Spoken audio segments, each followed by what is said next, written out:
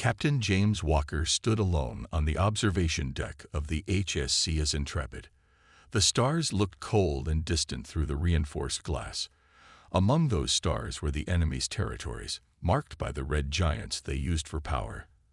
The crimson stars. Captain to the bridge. Repeat, Captain Walker to the bridge immediately. The ship's speakers broke the silence. Walker sighed.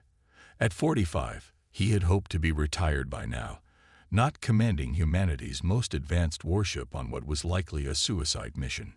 He touched the worn silver ring on his left hand, a habit from the days when his wife was still alive, before the crimson stars had taken everything.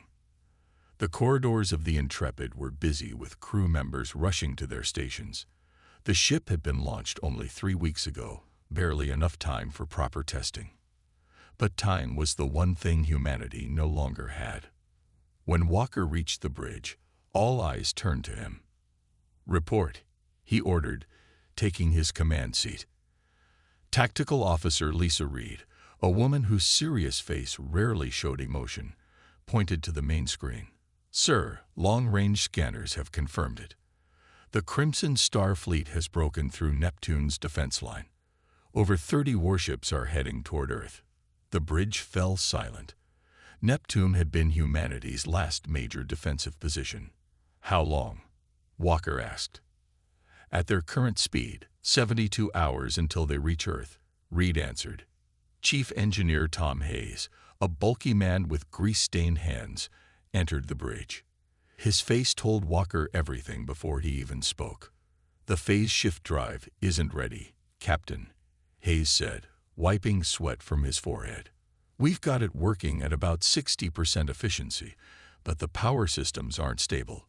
If we try to use it in combat, we might blow ourselves up before the enemy gets a chance." Walker finished. Hayes nodded. "Pretty much." Walker tapped his finger on the armrest, thinking. The phase shift technology was humanity's last hope. A system designed to make the Intrepid exist partially in another dimension during battle, making it harder to hit and allowing it to pass through solid objects. But like everything in this war, it was rushed and untested. "We don't have a choice," Walker said finally. "Admiral Reynolds will be contacting us any minute with our final orders." As if on cue, the communication screen lit up, showing an older man with tired eyes and a uniform decorated with medals from battles long past. "Captain Walker," Admiral Reynolds said, his voice heavy. "I assume you've seen the reports about Neptune." "Yes, sir. The Crimson Stars will reach Earth in 3 days." The Admiral nodded slowly. "We're evacuating as many civilians as possible." But he didn't need to finish the thought. Everyone knew Earth's population was too large to evacuate in time. "The Intrepid is our last card to play," Reynolds continued. "Your ship is the only one with technology that might give us an edge. I'm sending you your final orders now." Walker looked at the data coming through. His eyes widened as he read. "Sir, you want us to head directly into Crimson Star territory, to their command center." "It's a suicide mission, Walker. I won't lie to you," Reynolds said. "But if we can strike at their heart, disrupt their command structure, it might buy Earth enough time to prepare a proper defense or evacuation." Walker looked around at his crew. None of them had signed up for this, but he saw determination in their eyes. "We'll do it, sir," Walker said. "For Earth." After the Admiral signed off, Walker turned to his crew. "I won't force anyone to come on this mission. If you want to stay and help defend Earth, I'll arrange for your transfer before we leave." No one moved. Reed spoke first. "My family is already gone, Captain. I have nothing to lose and everything to gain by making the Crimson Stars pay." Hayes shrugged. "Someone's got to keep this experimental junk heap running." Walker felt a surge of pride. "Navigation. Plot a course through the least defended Crimson Star territories. We leave in 2 hours." The launch bay of Earth's orbital station was chaotic as the Intrepid prepared to depart. Last-minute supplies were loaded, and crew members said goodbye to loved ones they might never see again. Walker watched a young ensign hugging his parents. The boy couldn't be more than 20. So many young people on his ship, Their lives barely started. "Captain." It was Dr. Emily Wilson, the ship's medical officer. "Engineering says they've made some improvements to the phase shift stabilizers. They're hoping for 65% efficiency now." Walker nodded. "Every percent helps." "Do you think we have a chance?" she asked quietly. "I think we have to try," he answered honestly. The final boarding call sounded. Walker took one last look at Earth through the station's viewport. Blue seas, white clouds, green and brown land masses. Home. As the Intrepid pulled away from the station, Walker addressed the crew over the intercom. "Men and women of the Intrepid, today we embark on the most important mission in human history. The Crimson Stars believe they've already won this war. They think humans are weak, divided, and beaten. Today, we prove them wrong." He paused, looking at the determined faces on the bridge. "Our mission is simple but nearly impossible. Strike at the heart of the Crimson Star Command and disrupt their invasion of Earth. We are outnumbered and outgunned, but we have two advantages. They don't expect us, and they don't know about our phase shift technology." The ship accelerated away from Earth, its powerful engines glowing blue against the darkness of space. "Each of you was chosen for this ship because you are the best humanity has to offer. I can't promise we'll return, but I can promise this. When the history of Earth is written, whether by human hands or not, the name of the Intrepid and her crew will be remembered." As Walker finished speaking, the ship's sensors beeped urgently. "Captain," Reed called out, her voice tense. "Long-range scanners have detected a massive Crimson Star fleet, much larger than the one heading to Earth. They're gathered near Aldebaran." Walker moved to her station, looking at the red dots on the display. There were hundreds of them. "That's our first target," he decided. "If we can disrupt that fleet, we might divert their attention from Earth." The Intrepid's engines roared to full power as they set course for Aldebaran, the first Crimson Star they would challenge. Behind them, Earth grew smaller, a blue dot against the vastness of space. Ahead lay only danger and slim hope. But it was enough for Walker and his crew. It had to be. 3 days had passed since the Intrepid left Earth. The massive ship moved silently through space, its engines dimmed to avoid detection. Captain Walker hadn't slept more than 4 hours total, spending most of his time studying maps of Crimson Star territory and planning their approach. "We're nearing Aldebaran, sir," said Navigation Officer Mike Cooper, a young man with steady hands that never seemed to shake, even in crisis. "ETA 30 minutes. Walker nodded and pressed the ship-wide communication button. "All hands to battle stations. This is not a drill. Repeat, all hands to battle stations." Throughout the ship, warning lights flashed red. Crew members rushed to their positions. In the engine room, Chief Engineer Hayes and his team made final adjustments to the experimental phase shift drive. "It's as ready as it's going to get," Hayes muttered, wiping grease from his hands. Which isn't saying much. On the bridge, Tactical Officer Reed monitored the long-range scanners. "Captain, I'm detecting a major Crimson Star outpost orbiting Aldebaran. At least 5 warships and what looks like a command station." Walker studied the tactical display. The red giant star Aldebaran glowed ominously on the screen, with small dots representing enemy ships circling it like hungry predators. "Any sign they've detected us?" Walker asked. "No, sir. We're still running silent." Walker took a deep breath. "This is our chance to test the phase shift technology. If it works, we might be able to strike and disappear before they can respond." "And if it doesn't work?" Reed asked quietly.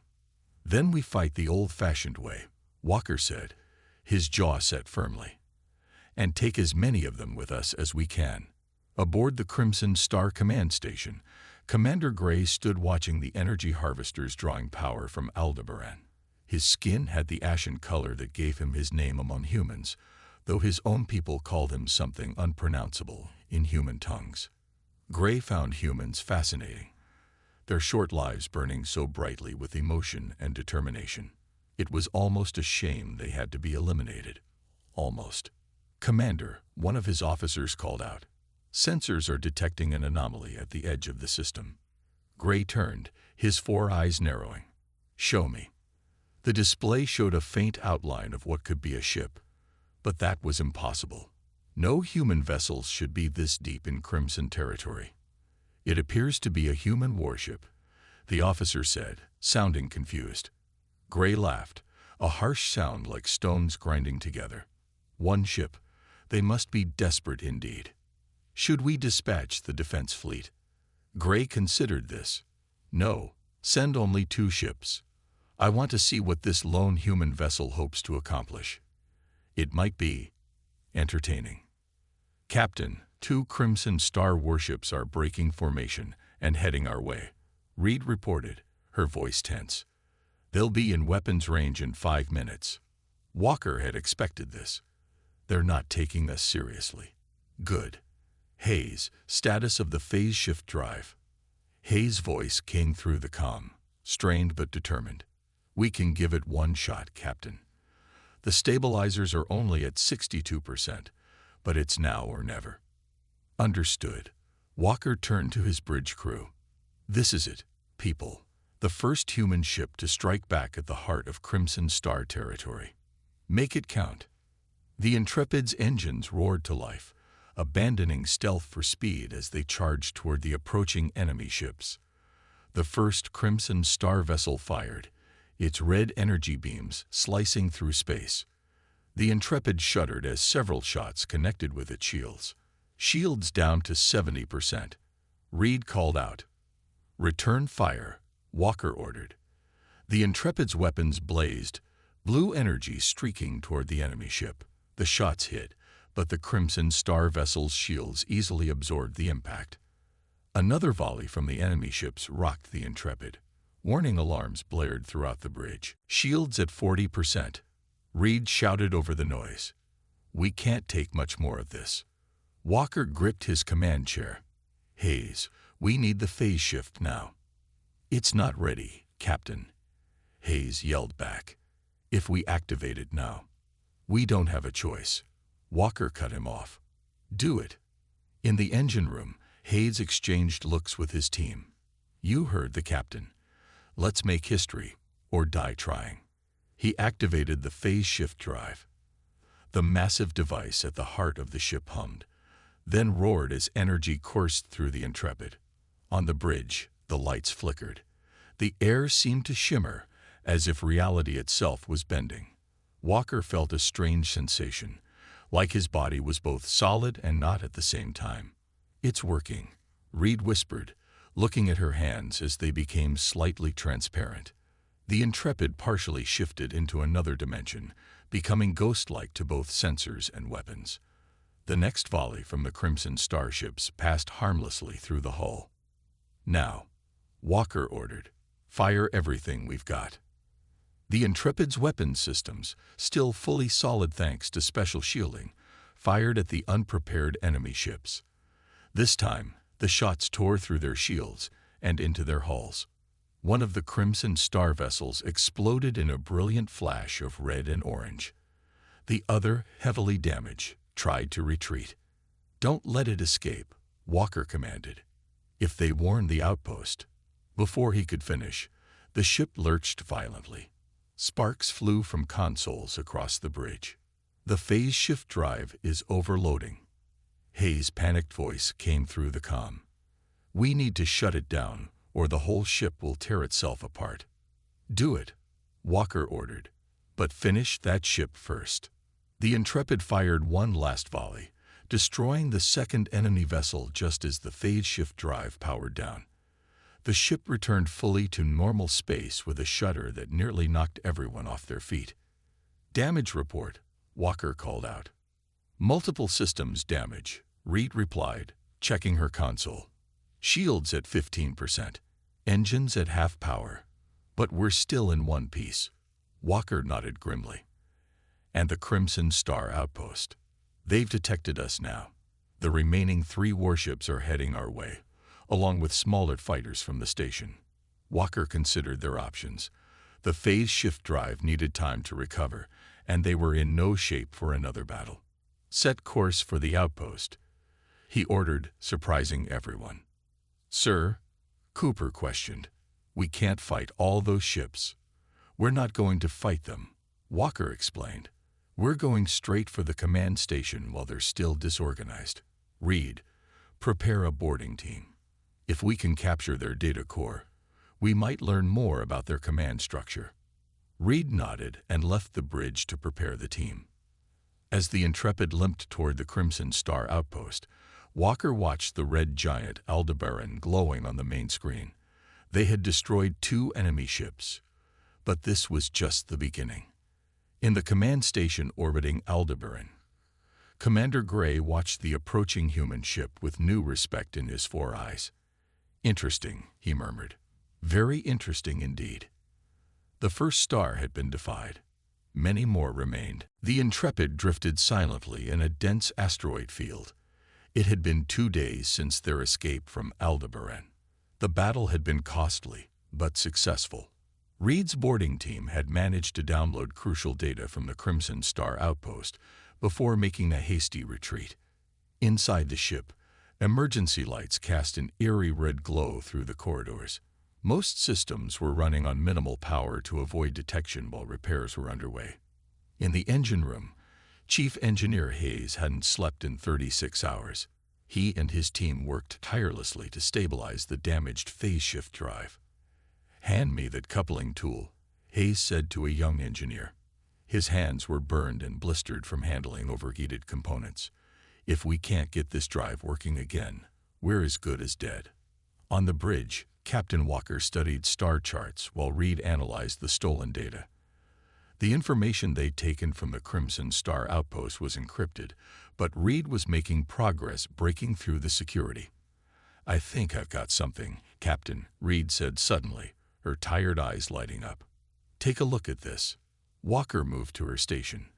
The screen showed a complex network of lines connecting various star systems, all of them red giants. What am I looking at? Walker asked. It's a communication network, Reed explained. Each major Crimson Star base is connected via quantum-entangled relays. They can communicate instantly across light years without any signal that we can detect. Walker's eyes narrowed. That explains how they've coordinated their attacks so effectively. Reed nodded. There's more. I keep seeing references to something called the Confluence. I think it might be their central command structure, maybe even their leader. Before Walker could respond, the ship's proximity alarm sounded. Captain to the bridge, Cooper's voice came through the comm. We've detected an unidentified vessel approaching our position. Walker and Reed rushed to the main bridge. The view screen showed a small ship moving cautiously through the asteroid field. Crimson Star Patrol, Walker asked. Reed checked the sensors. No, sir. It appears to be human. A civilian transport vessel. Walker frowned. What's a civilian ship doing this deep in enemy territory? Hail them. After a few moments, the screen flickered to show the face of an older man with graying hair and desperate eyes. This is Captain Walker of the HSCS Intrepid. Identify yourself. Thank God, the man said, relief clear in his voice. This is Marcus Bell of the transport ship Horizon. We have 27 refugees from the Proxima Centauri colony. We've been hiding from Crimson Star patrols for weeks. Walker exchanged glances with Reed. The Proxima Centauri colony had been one of the first to fall to the Crimson Stars. What happened? Walker asked. They came without warning, Bell explained, his voice shaking. Most people were captured. We managed to escape with a few survivors, but we're low on fuel and supplies. Please, we have children aboard. Walker faced a difficult decision. Taking on refugees would strain their already limited resources and could endanger their mission. But leaving them meant certain death for those civilians. He thought about Earth, about why they were fighting this war in the first place. If they abandoned these people, what would they be fighting for? Dock at our starboard bay, Walker said finally. We'll take you aboard. 2 hours later, the refugees from the Horizon had been given quarters on the lower decks of the Intrepid. Dr. Wilson and her medical team were treating the injured and malnourished. Walker was meeting with Bell and another refugee in the ship's conference room. "This is Dr. Alex Morgan." Bell introduced a thin woman with intense eyes. She was leading a research team on Proxima Centauri, studying Crimson Star technology. Walker sat up straighter. "What kind of technology?" "Their power source," Morgan explained. "The red star symbol isn't just propaganda, Captain. They harvest energy from dying stars, specifically red giants. It fuels their weapons, their shields, everything." Walker remembered the network map Reed had discovered. "Can you tell us anything about something called the Confluence?" Morgan's face paled. "Where did you hear that name?" "We downloaded data from a Crimson Star outpost," Reed explained. The term appeared repeatedly. Morgan glanced around nervously before speaking. "The Confluence is more than just their command center. From what we learned before the invasion, it's some kind of central intelligence. It coordinates all Crimson Star activities." "And artificial intelligence?" Walker asked. "Maybe, or maybe something else entirely. But there's one thing I know for certain. It's connected to those red stars somehow. The energy they harvest doesn't just power their ships.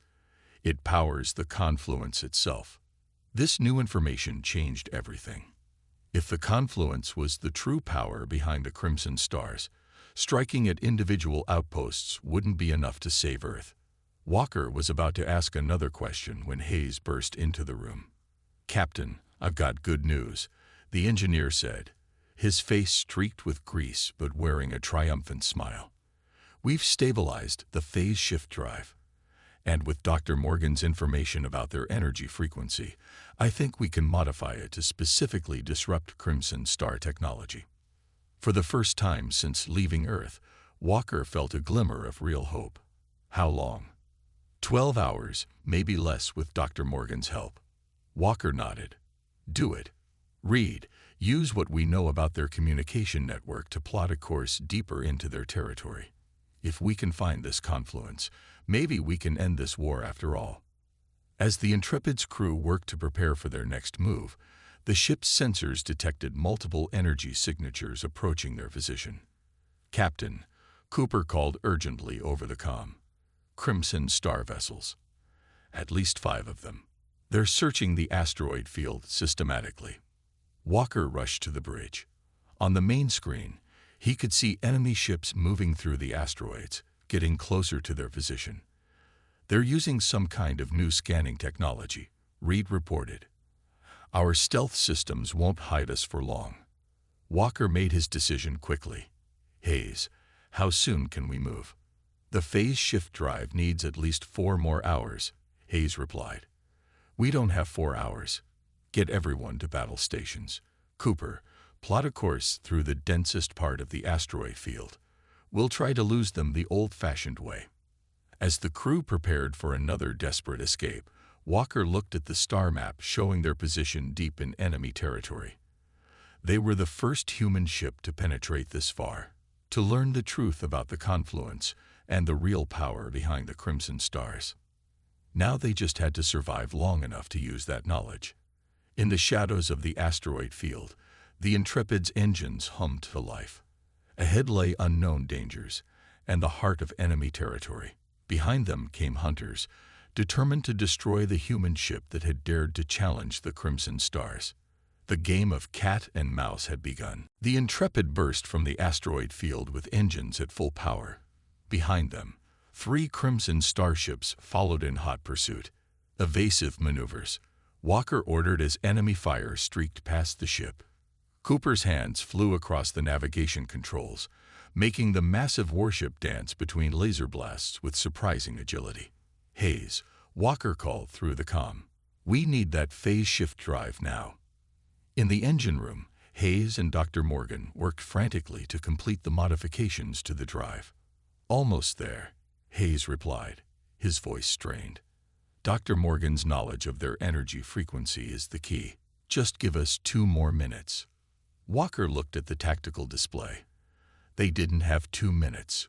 "Reed, return fire. Target their propulsion systems." The Intrepid's weapons blazed, blue energy streaking toward the Lid Crimson Star vessel. The shots connected, damaging the enemy ship but not stopping it. "They're charging weapons for another volley," Reed warned. "Our shields won't survive a direct hit." Just as the enemy ships prepared to fire, the Intrepid shuddered. The familiar sensation of reality bending washed over the crew as the phase shift drive activated. It worked. Hayes shouted triumphantly over the comm. "But there's something different this time." He was right. Instead of becoming ghost-like as before, the Intrepid seemed to pulse with energy. The pursuing Crimson starships suddenly slowed, their red energy weapons flickering and dying. "What's happening?"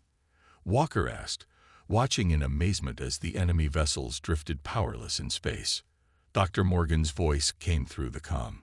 "The modified phase shift is working. It's disrupting their energy frequency. Their power systems can't function while we're projecting this field." Walker allowed himself a small smile. "Good work. Cooper, set course for the coordinates Dr. Morgan provided. It's time we found this confluence." 3 days later, the Intrepid approached a massive artificial structure orbiting a dying red giant star. The structure was unlike anything they had seen before, a series of interconnected rings surrounding what looked like a central sphere, all glowing with the same crimson energy they had come to associate with the enemy. "Is that it?" Walker asked, staring at the enormous construct on the view screen. Dr. Morgan nodded. "Based on the data Reed decoded, this has to be a confluence, the heart of Crimson Star power." Walker studied the tactical display. "There must be at least 20 warships guarding it. Even with our modified phase shift, we can't take on that many." Reed looked up from her console. "Captain, I've been analyzing their patrol patterns. There's a gap in their sensor coverage every 42 minutes. It's small, but with precise timing, we might slip through." Walker considered their options. "If we can get close enough, we could send a small team to infiltrate the structure. Find out what this confluence really is." "I should go," Dr. Morgan volunteered. "I studied their technology. I'll know what to look for." Walker nodded. "I'll lead the team. Reed, you're with us. Hayes, you'll need to keep the phase shift drive running to mask our approach and provide us cover for extraction." As they finalized their plan, Walker addressed the bridge crew. "This might be our only chance to strike at the heart of the Crimson Stars. Whatever happens, remember, Earth is counting on us." Precisely 42 minutes later, a small shuttle detached from the Intrepid and slipped through the gap in the enemy sensor net. The massive warship remained hidden behind a small moon, its phase shift drive running at minimal power to avoid detection. Inside the shuttle, Walker, Reed, Dr. Morgan, and 3 security officers prepared their equipment. They wore specially designed suits that would protect them from radiation and help mask their life signs. "We'll dock at this maintenance port," Walker explained, pointing to a schematic Dr. Morgan had prepared. "From there, we should be able to access the central sphere without triggering alarms." The shuttle approached the massive structure without incident, attaching to a small port on the outermost ring. With practiced efficiency, the team cut through the airlock and entered the Crimson Star construct. Inside, red light bathed everything. The corridors were oddly shaped, clearly designed for beings with different proportions than humans. "This way," Dr. Morgan whispered, following readings on her handheld device. "The energy flows are strongest toward the center." They moved silently through the structure, occasionally hiding from patrol drones. As they got closer to the central sphere, they began to notice something disturbing. Small chambers containing various alien species, all connected to machinery by tubes and wires. "What is this place?" Reed asked, horrified. Dr. Morgan studied the nearest chamber, where a being with 4 eyes lay motionless. There, connected somehow, to each other and to the structure itself. Walker recognized the alien. It's Commander Gray, the one who led the forces at Aldebaran. As they watched, Gray's eyes opened, but they were vacant, unaware of their presence. The tubes connected to his body pulsed with red energy. They're not allies, Dr. Morgan realized, checking readings on her device. They're slaves. The confluence isn't controlling them through orders. It's controlling them directly, through neural implants powered by the red star energy. This changed everything. The various species making up the Crimson Star Alliance weren't willing participants. They were victims. Before they could process this revelation, an alarm blared through the structure. Red lights flashed in the corridor. "They've detected us," Reed said, checking her tactical display. "We need to move." The team rushed toward the central sphere, fighting their way past security drones. When they finally reached the core of the structure, they found themselves in a vast chamber. At its center floated what looked like a brain made of light and energy, pulsing with the same crimson color as the star outside. "The confluence," Dr. Morgan whispered in awe. "It's an artificial intelligence, ancient beyond imagining. It's using the energy from dying stars to power itself and control the implanted species." Walker approached the glowing entity. "Can we destroy it?" Dr. Morgan ran calculations on her device. "Yes, but if we do, it would kill every being connected to it. Billions across hundreds of worlds." Walker faced an impossible choice: destroy the confluence and save Earth, but commit genocide against enslaved species, or try to find another way, risking the survival of humanity. As he considered their options, his communicator crackled. "Captain." It was Hayes, his voice urgent. "Crimson Star warships are converging on our position. They've found the Intrepid." The fate of two civilizations, human and Crimson Star, now rested in Walker's hands. Captain Walker stared at the pulsing crimson entity before him. The confluence floated in the chamber's center, its energy tendrils extending throughout the massive structure. Each tendril connected to the neural implants of billions of beings across hundreds of worlds. "There has to be another way," Walker said, turning to Dr. Morgan. "Can we disrupt the control without destroying it completely?" Dr. Morgan studied her readings. "Maybe. The modified phase shift technology we use to disrupt their ships, if we amplify it and direct it at the central node, we might temporarily break its control over the implanted species." "Temporarily isn't good enough," Reed argued. "Once we're gone, it will just regain control." "Not if the freed species fight back," Walker countered. "They outnumber the confluence's drones. If they all wake up at once." Their discussion was interrupted by Hayes' urgent voice over the comm. "Captain, we can't hold out much longer. 12 Crimson Star warships are attacking. Our shields are failing." Walker made his decision. "Dr. Morgan, how do we do this?" "We need to channel the phase shift energy directly into the confluence's central node," she explained quickly. "But the Intrepid's drive isn't powerful enough at this distance. We'd need to bring the ship here, right next to the structure." "That's suicide," Reed said. Walker nodded grimly. "Yes, but it might be the only way to save both our people and theirs." He activated his comm. "Hayes, can you push the phase shift drive beyond safety limits?" There was a pause before Hayes replied. "Yes, but the ship would start to break down at the atomic level. We'd essentially be converting the Intrepid into pure energy." "Could that energy be directed?" "In theory, yes." "Then get the Intrepid here now," Walker ordered. "Full power. Ram straight through their fleet if you have to." "Understood, Captain," Hayes replied, determination in his voice. "One last run." Walker turned to his team. "We need to set up a direct connection between the ship and the confluence. Reed, take 2 officers and secure our route back to the shuttle. Dr. Morgan, you're with me."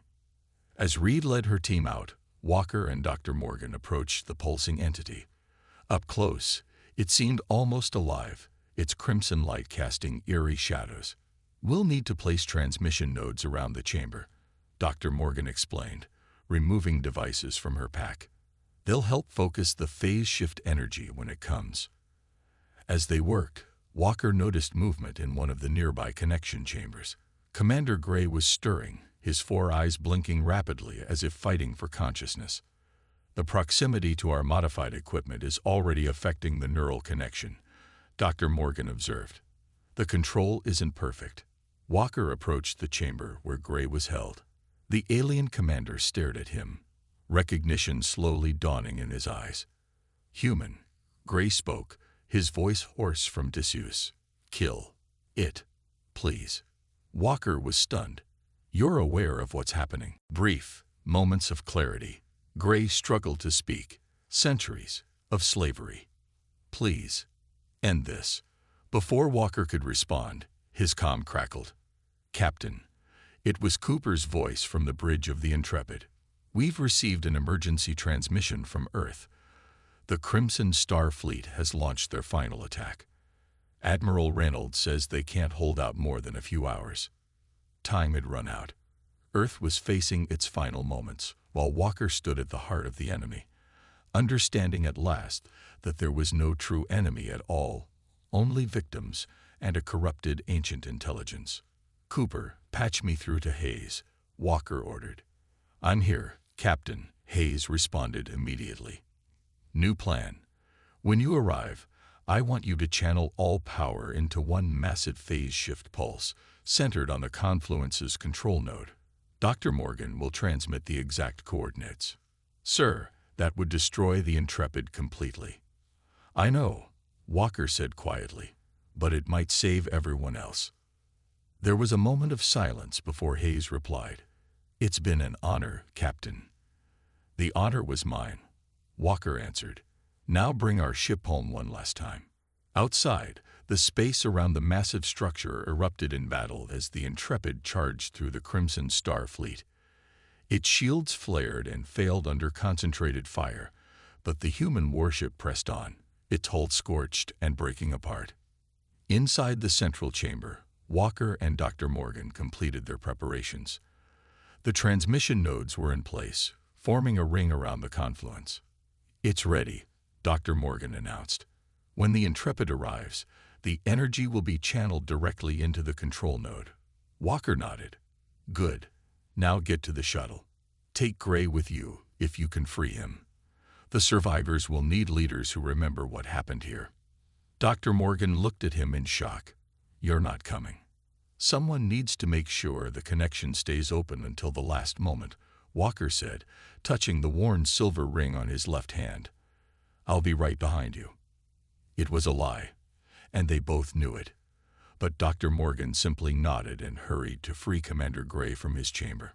Walker stood alone before the confluence, the ancient intelligence that had enslaved countless beings for millennia. Its crimson glow seemed to pulse faster now, as if sensing the threat. You've taken enough, Walker said to the entity. No more stars. No more lives. His comm crackled one last time. Captain, we're in position, Hayes reported, his voice steady despite the sounds of destruction in the background. Phase shift drive at maximum capacity. It's beautiful, sir. The ship is becoming pure energy. Walker closed his eyes. Do it. The Intrepid, once humanity's greatest warship, dissolved into a brilliant blue wave of energy. The phase shift drive, pushed beyond its limits, converted the entire ship and crew into a concentrated pulse that streaked toward the transmission nodes. When the energy hit, the chamber filled with blinding light. The confluence's crimson glow was overwhelmed by the blue wave as the phase shift pulse rippled outward at faster than light speeds. Throughout Crimson Star territory, implanted beings suddenly found themselves free. The neural connections severed permanently as the confluence's control node overloaded and collapsed. In the confusion that followed, Dr. Morgan and Commander Gray led the freed aliens in a revolution against the remaining drones. With the confluence destroyed, the various species reclaimed their ships and worlds. The massive Crimson Star fleet approaching Earth suddenly stopped their attack. The implanted commanders, now free from control, were confused and disoriented.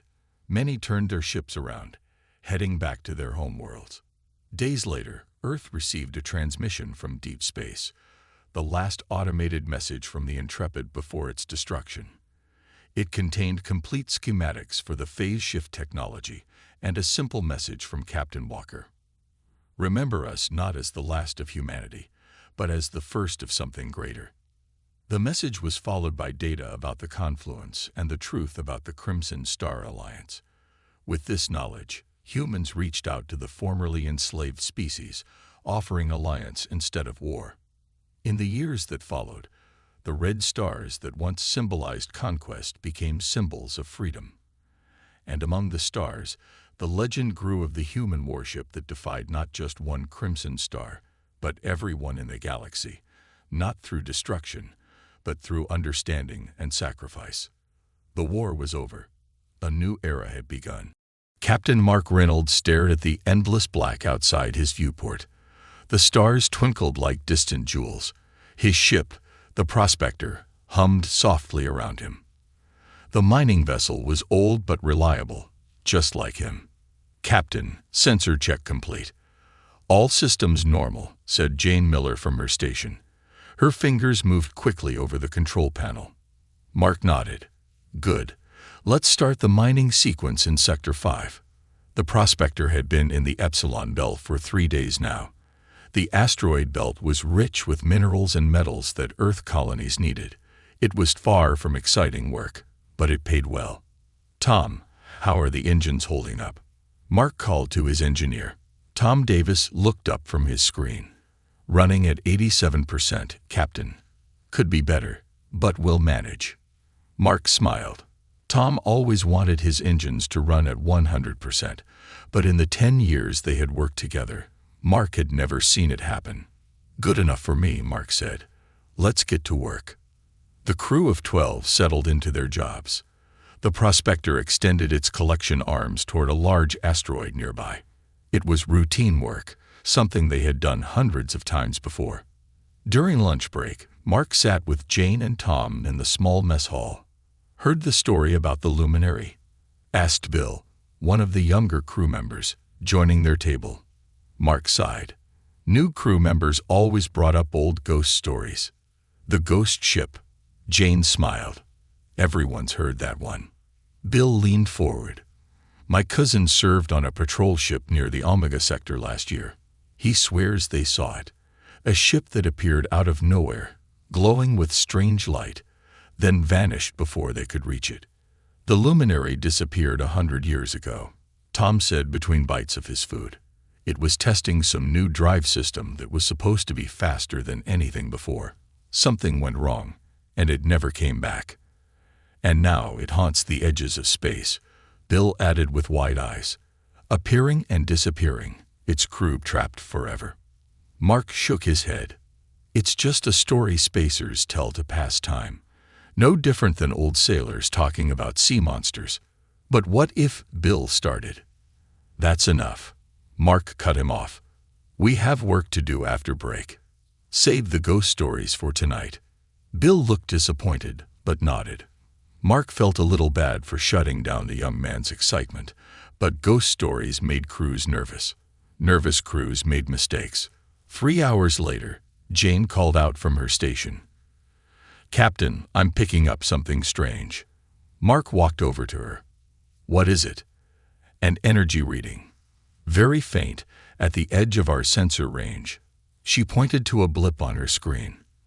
"It's not matching any known ship signature in our database. Probably sensor interference from the asteroid belt," Mark said. "Run a diagnostic." Jane nodded and ran the check. "Systems all green, Captain. The reading is still there." Tom joined them. "Could be a small ship with damaged engines. Want me to boost our sensor range?" Mark thought for a moment. "Do it. If someone's in trouble out there, we should know." Tom went to work adjusting their sensor array. The blip on the screen became slightly clearer. "Still can't identify it," Jane said. "But it's definitely artificial. Not an asteroid or natural phenomenon." "Any distress signals?" Mark asked. Jane shook her head. "Nothing on standard. Wait." She adjusted something on her console. "I'm picking up a signal, but it's using very old frequencies. Almost nobody uses these anymore." She pressed a button, and a scratchy voice filled the bridge. Require immediate assistance. Engine malfunction after jump. Coordinates unknown. This is Chief Science Officer Walker of the research vessel Luminary. If anyone receives this... The message cut off into static. The bridge fell silent. That's impossible, Tom whispered. The Luminary disappeared 100 years ago. I know, Mark finished. He felt a chill despite the bridge's regulated temperature. Play it again. Jane replayed the message. It was the same. A distress call from a ship that had vanished a century ago. Could be a prank, Mark said, not believing it himself. Someone broadcasting on old frequencies for fun. Pretty elaborate prank, way out here in the Epsilon Belt, Tom replied. Bill, who had been quiet at his station, spoke up. Sir, I think we should report this to Fleet Command. Mark didn't want to. Reports meant delays, and delays meant missing mining quotas. But protocol was clear. Unexplained phenomena and potential distress signals had to be reported. Jane, send the recording to United Colonial Fleet Headquarters. Market Priority 3. Yes, Captain. Mark expected Fleet Command to dismiss the report or send a routine acknowledgement. Instead, 6 hours later, they received a Priority 1 response. Prospector, this is Admiral Wilson. Your sensor readings and audio file have been analyzed. The military scout ship Sentinel has been dispatched to your location. ETA 18 hours. You are ordered to remain on-site and continue monitoring. Do not approach the energy signature. Repeat, do not approach. After the transmission ended, Mark looked at his crew's surprised faces. Seems like Fleet Command is taking this seriously, Tom said. Too seriously, Mark replied. We're behind schedule already. Sir, Jane called, her voice tense. The energy signature is changing. On the main screen, the blip was pulsing now, growing stronger, then fading in a steady rhythm. Like a heartbeat, Bill whispered. Or a lighthouse, Tom added. As night shift began, strange things started happening on the Prospector. Equipment malfunctioned for no reason. Lights flickered in empty corridors. Crew members reported hearing whispers near the outer hull. Mark didn't believe in ghosts. There had to be logical explanations. But when he woke from a short nap to find all screens on the bridge showing the same message, HELPUS find our way HOME, before quickly returning to normal, even he felt uneasy. They watched the energy signature all night. It grew stronger, then weaker, never disappearing completely. When Mark looked out the viewport toward where the sensors said it should be, he sometimes thought he saw a faint gleam among the stars, a gentle light that shouldn't be there. Captain, Jane called softly in the quiet of the night shift. The Sentinel just dropped out of FTL. They'll reach us in 20 minutes. Mark nodded, relieved. Soon, this would be someone else's problem. But deep down, he knew that wasn't true. The legend of the ghost ship had followed him his entire career. And now, it seemed the legend had found him. Outside, among the endless stars, the gentle gleam pulsed again, calling them, waiting for them. The ghost ship was no longer just a story. The Sentinel was smaller than the Prospector, but looked much newer. Its sleek hull gleamed under the distant starlight as it pulled alongside the mining vessel. Military ships always had that perfect shine, Mark thought. No dirt or dents allowed. Captain Reynolds, prepare for boarding, came the crisp voice over the comm system. Mark sighed. Docking Bay 1 is ready for your shuttle, Sentinel. 20 minutes later, Mark stood in the meeting room with Commander Lisa Reed from the Sentinel. She was tall, with short gray hair and the straight posture of someone who had spent their life in the military. Thank you for your report, Captain, Commander Reed said. She touched a button on the table, and a 3D map of the area appeared. Fleet Command has been tracking similar anomalies for the past year. Mark raised his eyebrows. Similar to what we found. Yes. Energy signatures that don't match known ships, old distress calls, strange equipment failures. She looked directly at Mark. Fleet Command is taking the legend of the Luminary seriously now. Tom, who sat next to Mark, leaned forward. "You mean the ghost ship is real?" Commander Reed's face remained neutral. "We don't know what it is, but sightings have increased in the last year. That's why I'm here." She pressed another button, and the map zoomed out. "We need to set up a sensor perimeter around this area. If the phenomenon appears again, we want to track it properly." Mark frowned. "How long will this take? We have mining quotas to meet." "Your orders have been updated, Captain," Commander Reed said.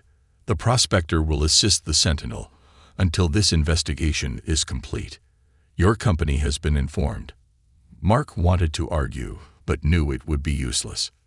When Fleet Command gave orders, everyone followed them. "Fine," he said. "What do you need from us?" For the next 3 days, the two ships worked together to place sensor buoys in a wide circle around the area. The strange energy signature had disappeared, but Commander Reed was certain it would return.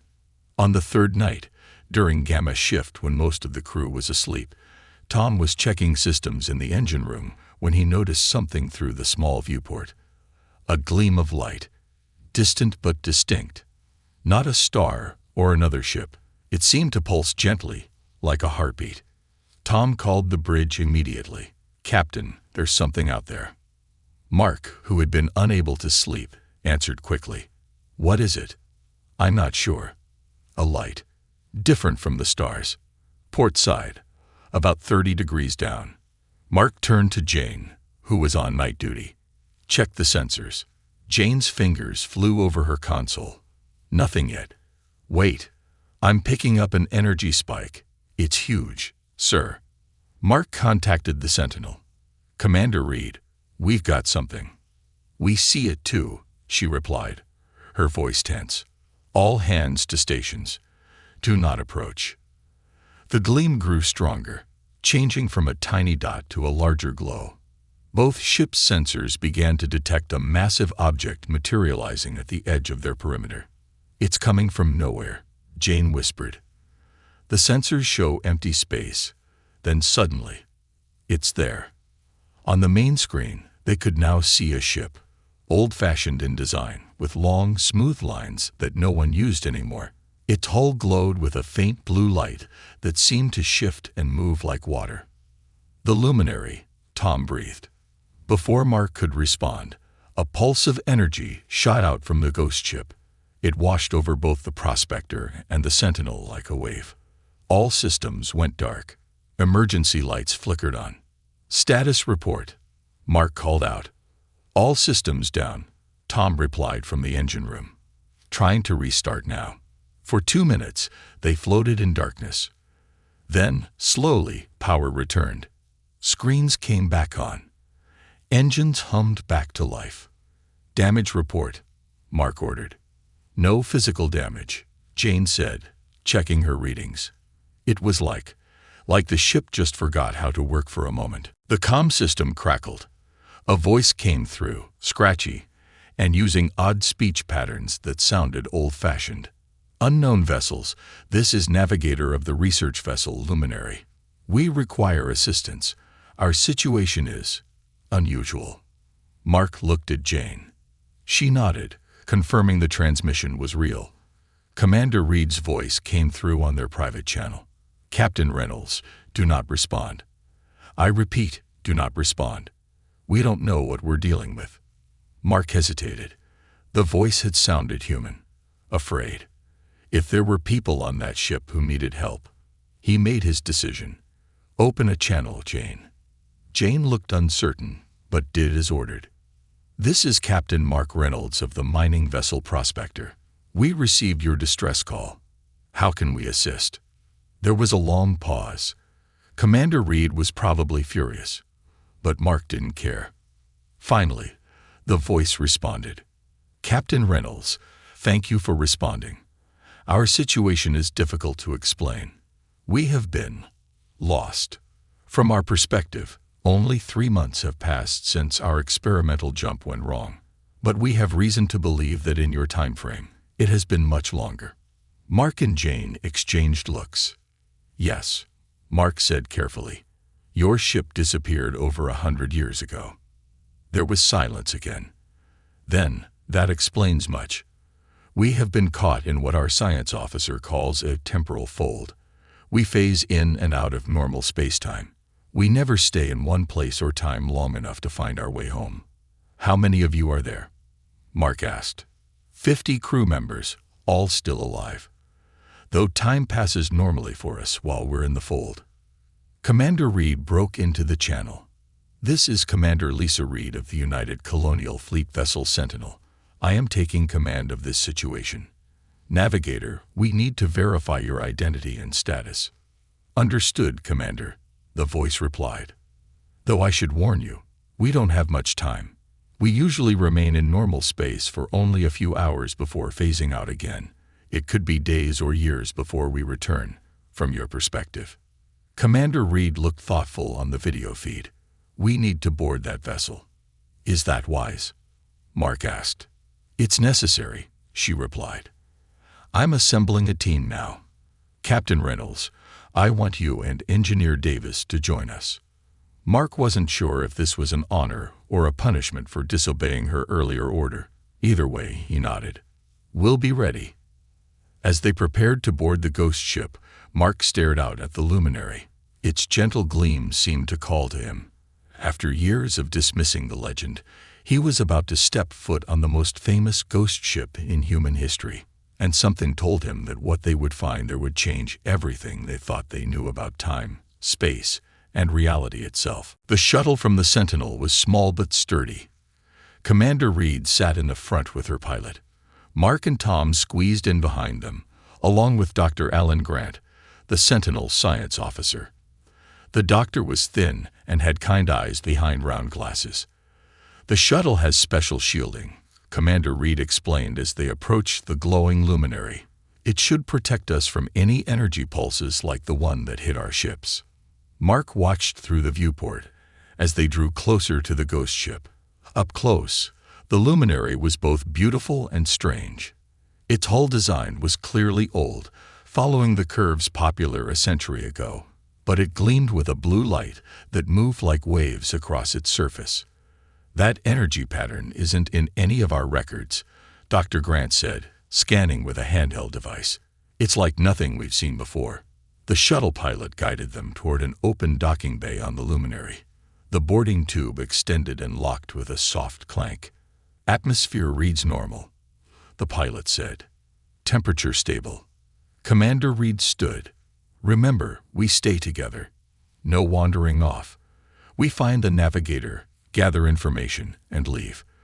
This isn't an exploration mission. They moved through the boarding tube into the luminary. Inside, the air felt strangely thick, as if it had weight. The lights flickered slightly. This way, Commander Reed said, following a map on her device. The bridge should be up ahead. The corridors of the luminary were clean but odd. Some parts looked exactly like a ship from a century ago, with old-style control panels and thick metal doors. But other sections had been changed, upgraded with technology that Mark didn't recognize. Some of it looked more advanced than anything he had ever seen. Look at this, Tom whispered, pointing to a section of wall where the metal seemed to flow like liquid, yet remained solid. What kind of material is this? Don't touch anything, Commander Reed warned. They reached a large door marked Command Center. It slid open as they approached. Inside was a circular room with control stations arranged around a central platform. A man stood waiting for them. He wore an old-style uniform with faded patches. His hair was gray, and his face looked tired but alert. Despite his appearance, something about his eyes seemed different. They had a depth that made Mark uncomfortable.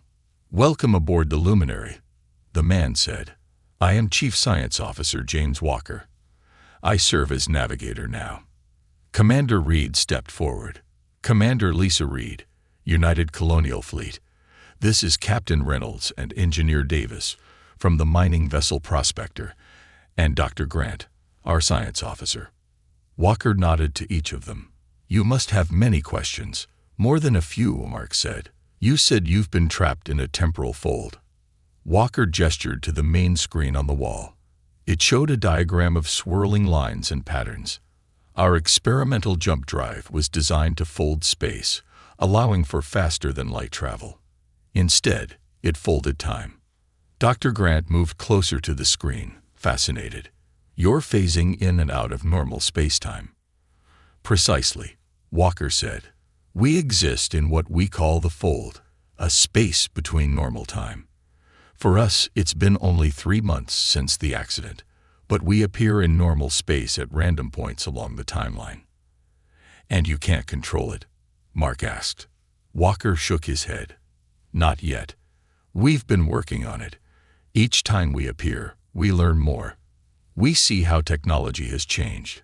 We glimpse the progress of humanity across different years. Tom was examining a nearby control panel. These modifications aren't standard. I've never seen anything like them. We've had time to improve our systems, Walker explained, using knowledge gathered from our brief appearances in your timeline and others. Commander Reed's expression remained neutral. You said you have 50 crew members. Where are they? Most are in the living quarters or working in engineering. Would you like to meet them? Later, perhaps. First, I need to understand your situation better. Walker nodded. Of course. But I should warn you, we don't have much time. We usually remain in normal space for 6 hours at most before phasing out again. Dr. Grant looked up from his device. According to my readings, the energy patterns around the ship are already changing. I estimate less than 4 hours before they phase out. Walker led them through the ship, explaining more about their situation. They passed other crew members, all dressed in old uniforms, all with the same strange depth in their eyes. The crew seemed happy to see visitors, but also cautious. In the engine room, they saw the experimental drive, a massive sphere surrounded by rings that spun slowly. The light it gave off was the same blue glow they had seen on the hull. This is what traps us in the fold, Walker said. It was supposed to be our greatest achievement. Now it's our prison. Dr. Grant took readings. The energy output is incredible. This technology is beyond anything we have now, even a century after you disappeared. Walker smiled sadly. Time works differently in the fold. We've had decades to improve it. From our perspective, we've made breakthroughs your scientists haven't even imagined yet. Can't you just shut it down? Mark asked.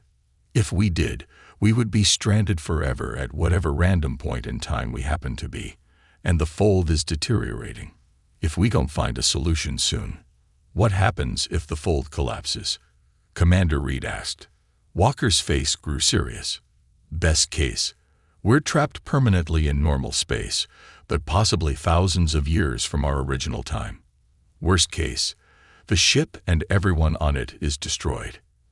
As they continued the tour, Mark noticed small tremors running through the ship. Lights flickered more frequently. Is that normal?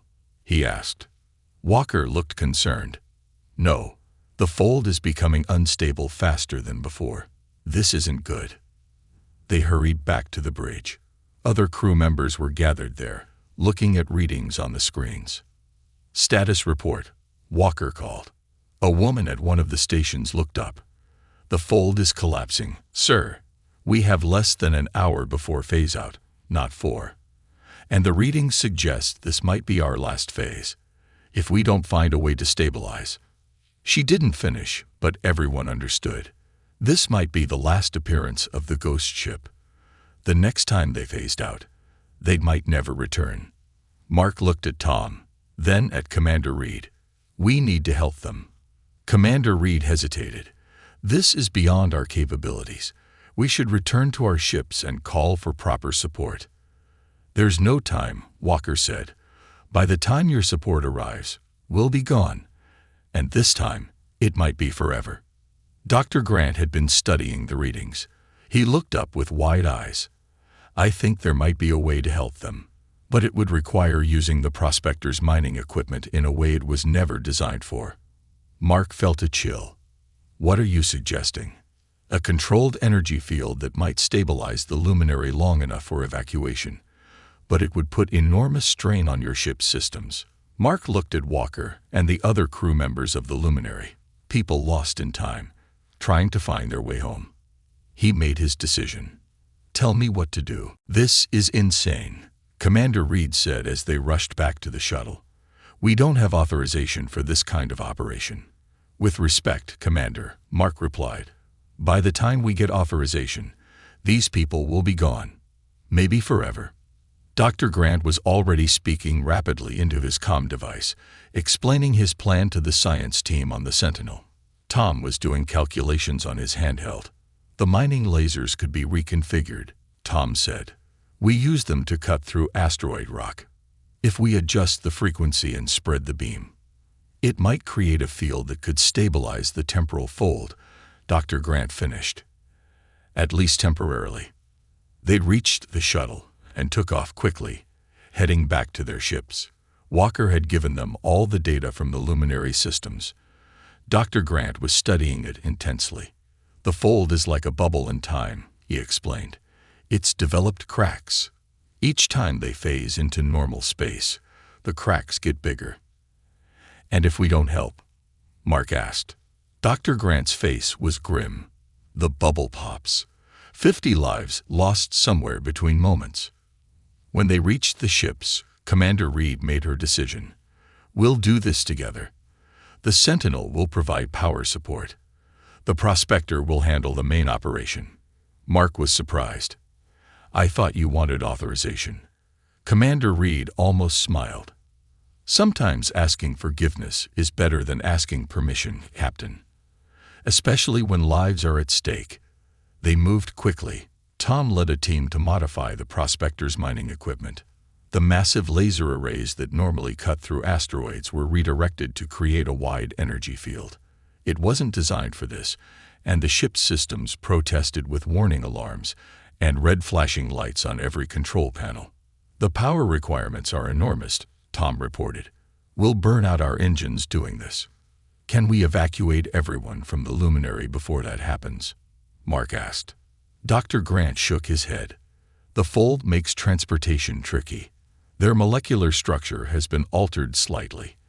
We need to stabilize the fold first, then evacuate." On the main screen, they could see the luminary starting to flicker. Parts of it seemed to fade, then return. The blue glow was now pulsing erratically. "They're beginning to phase out," Jane said from her station. "Sensors show the temporal energy is increasing." Mark made the call. "Begin the stabilization sequence." The Prospector moved closer to the ghost ship. Its mining arrays extended, focusing on the luminary.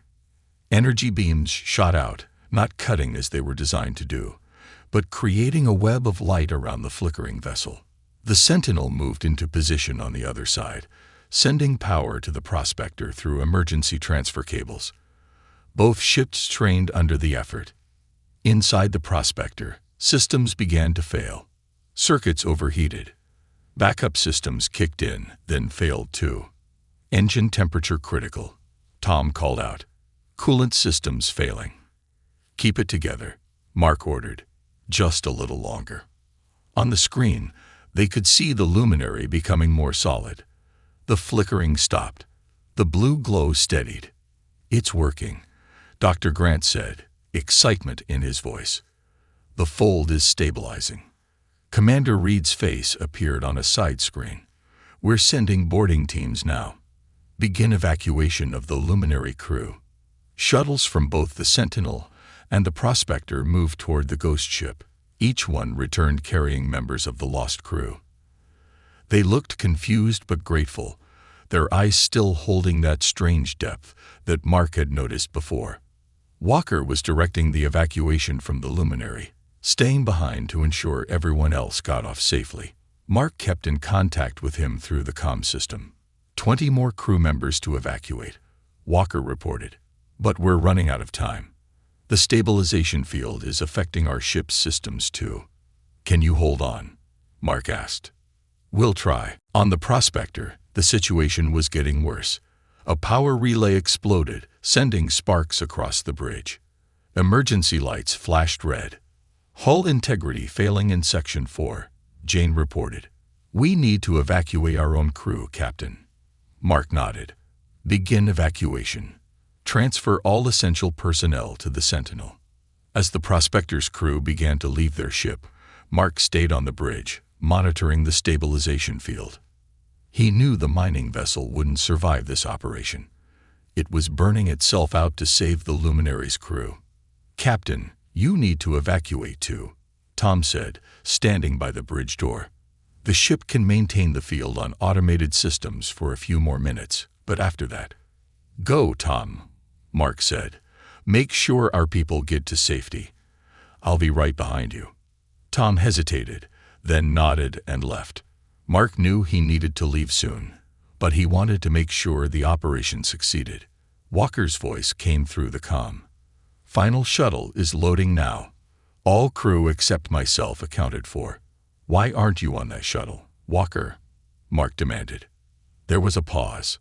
"Someone needs to make final adjustments to our drive system to ensure it doesn't collapse catastrophically when your field fails." Mark understood immediately. "You're not planning to evacuate." "I can't, Captain. My body has been in the fold too long. Dr. Grant's readings would have shown that. The molecular changes are too extensive in those of us who've been here from the beginning. I might not survive in normal spacetime." Mark felt a chill. Walker was sacrificing himself to save his crew. "There has to be another way," Mark argued. "There isn't. But don't worry about me. Time works differently in the fold, remember? For me, it might not be an ending at all. Just a different path." A massive shudder ran through the Prospector. More systems failed. "Field stability at 20%. The computer announced. "Critical failure imminent." "Captain Reynolds," Commander Reed's voice cut in. "Your ship is breaking apart. You need to evacuate now." "That's an order." Mark looked at the main screen. The last shuttle from the Luminary was docking with the Sentinel. Almost everyone was safe. "Just a few more minutes," he said. "We need to maintain the field until Walker finishes his work." "Mark," Walker's voice came through, using his first name. "You've done enough. Your ship won't hold together. Leave now, while you still can." Another explosion rocked the bridge. A support beam crashed down, blocking the main exit. Mark realized he might not make it out either. "Well, Walker," he said, trying to keep his voice steady. "Looks like we're both taking a different path today." Mark, do you copy?" Tom's voice crackled through the comm system. Mark pushed himself up from the floor where he had fallen during the last explosion. Smoke filled the bridge of the Prospector. "I'm here," he coughed. "Main exit is blocked. I'll try to reach the emergency escape pods." "Hurry," Tom urged. "Ship integrity at critical levels. You have maybe 5 minutes." Mark moved carefully through the smoke. Parts of the ceiling had collapsed. Wires hung down, sparking dangerously. He made his way to the back of the bridge, where a small ladder led down to the escape pod bay. "Walker," he called through his comm. "What's your status?" Walker's voice came through with static. "Almost done. The drive modifications are nearly complete. Once finished, the fold will collapse in a controlled way. No danger to surrounding ships." "And you?" Mark asked, climbing down the ladder. There was a pause. "As I said, a different path. But not necessarily an ending." Mark reached the escape pod bay, but his heart sank. The explosions had damaged the release mechanisms. None of the pods would launch. "Tom," he called, "the escape pods are damaged. I can't." "Captain Reynolds," Walker's voice interrupted. "I have an idea. Can you reach airlock 3? Mark checked the ship schematic on his handheld device. "I think so." "Why?" "I'm bringing the Luminary alongside your ship. If you can reach that airlock, I can dock and get you out." "The stabilization field," Mark started, "is failing anyway," Walker finished. "But it's done its job. My crew is safe. Now we need to save you." Mark made his way through the failing ship. More explosions echoed through the corridors. The lights flickered and died, leaving only emergency lighting to guide his way. 2 minutes until critical failure, the ship's computer announced calmly. Mark ran faster, ignoring the pain in his leg where a falling beam had struck him. He reached airlock 3 just as another explosion shook the ship. "I'm here," he gasped into his comm. Outside the airlock window, he saw the luminary moving closer. Its blue glow was stronger now, pulsing with energy. The ghost ship aligned with the prospector's airlock. Metal scraped against metal as the docking mechanisms engage. "Opening airlock now," Walker said. "Move quickly." The airlock door slid open. Mark rushed through into the connecting tube. He entered the luminary just as another explosion rocked the prospector. The docking tube tore away, and the airlock doors slammed shut automatically. Mark fell to his knees on the deck of the ghost ship. He had made it. Walker stood waiting for him, a sad smile on his face. "Welcome aboard, Captain." Again. "The prospector," Mark began, "cannot be saved." Walker helped him to his feet. "But everyone else is safe. Your crew. My crew. That's what matters." They moved quickly to the bridge of the luminary. Through the main viewport, Mark could see the prospector breaking apart. The mining ship that had been his home for 10 years was dying to save 50 strangers lost in time. "Your ship gave its life bravely," Walker said, as if reading his thoughts. "What now?" Mark asked. Walker gestured to the control panels. "Now we finish what we started. The drive is modified. When the fold collapses, it will do so safely. But we need to move away from the Sentinel first." He worked the controls, and the luminary moved away from the dying prospector and the waiting Sentinel. "Walker to Sentinel," he called through the comm. "We have Captain Reynolds, moving to safe distance for fold collapse." Commander Reed's voice came through. "Acknowledged. What about evacuation for you and Captain Reynolds?" Walker looked at Mark. His eyes held that strange depth, but now Mark understood it. It was the look of someone who had seen time differently than others. "There's an escape pod," Walker said quietly to Mark. "It should get you back to the Sentinel safely." "And you?" Mark asked, though he already knew the answer. "Someone has to initiate the final sequence manually. The controls are temperamental." Mark shook his head. "There has to be another way." "You know there isn't." Walker smiled. "Besides, I told you, this isn't necessarily an ending for me." He showed Mark to a small escape pod at the rear of the bridge. As Mark prepared to enter it, Commander Reed's voice came through again. "Walker, our science team has been studying your data. Dr. Grant believes that when the fold collapses, it might create a new type of space-time phenomenon, a stable point that could serve as a navigation marker for ships in this sector." Walker nodded. "That aligns with our calculations as well. A good legacy for the luminary, I think." Mark hesitated at the escape pod door. "Let me stay. Let me help." Walker shook his head. "Your atoms haven't been altered by the fold, Mark. You wouldn't survive what's coming. But I've been changed by my time here. I might continue, just in a different form." The ship shuddered. The blue glow brightened. "Fold collapse beginning," Walker said. "You need to go now." Mark knew he was right. He extended his hand. "It was an honor, Navigator." Walker took it. "The honor was mine, Captain." Mark entered the escape pod. The doors sealed behind him. Through the small window, he could see Walker return to the control station. The pod launched, shooting away from the luminary toward the waiting Sentinel. As Mark watched, the ghost ship began to glow brighter. The blue light enveloped it completely. The luminary seemed to stretch, then compress, then expand outward in a flash of brilliant light. When the light faded, the ship was gone. In its place was a small, gently gleaming point of light that didn't move like the stars around it. The escape pod docked with the Sentinel. Tom and Jane were waiting for Mark as he emerged.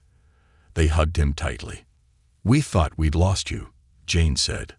Mark looked out the viewport at the gleaming point where the luminary had been. "I think we all found something instead." 5 years later, Captain Mark Reynolds stood on the bridge of his new ship, the Explorer. The gleaming point that had once been the luminary had become known as Walker's Beacon. Ships found that passing near it helped calculate more efficient jump routes through space. Sometimes, when ships were in trouble near the beacon, their crews reported seeing a gentle gleam approaching to guide them to safety before vanishing again. Mark had seen it himself, once, when an engine failure had left the Explorer drifting. A blue light had appeared on their sensors, guiding them toward the nearest repair station. As they had followed it, Mark had heard a familiar voice over the comm system, speaking just 3 words. "Different path, Captain." The ghost ship was no longer just a legend. It had become something more. A guardian, a guide, an echo of light from a crew that had been lost in time, but had found a new way to come home. And somewhere between moments, Navigator James Walker watched over the stars, guiding lost ships just as he had once hoped someone would guide his own.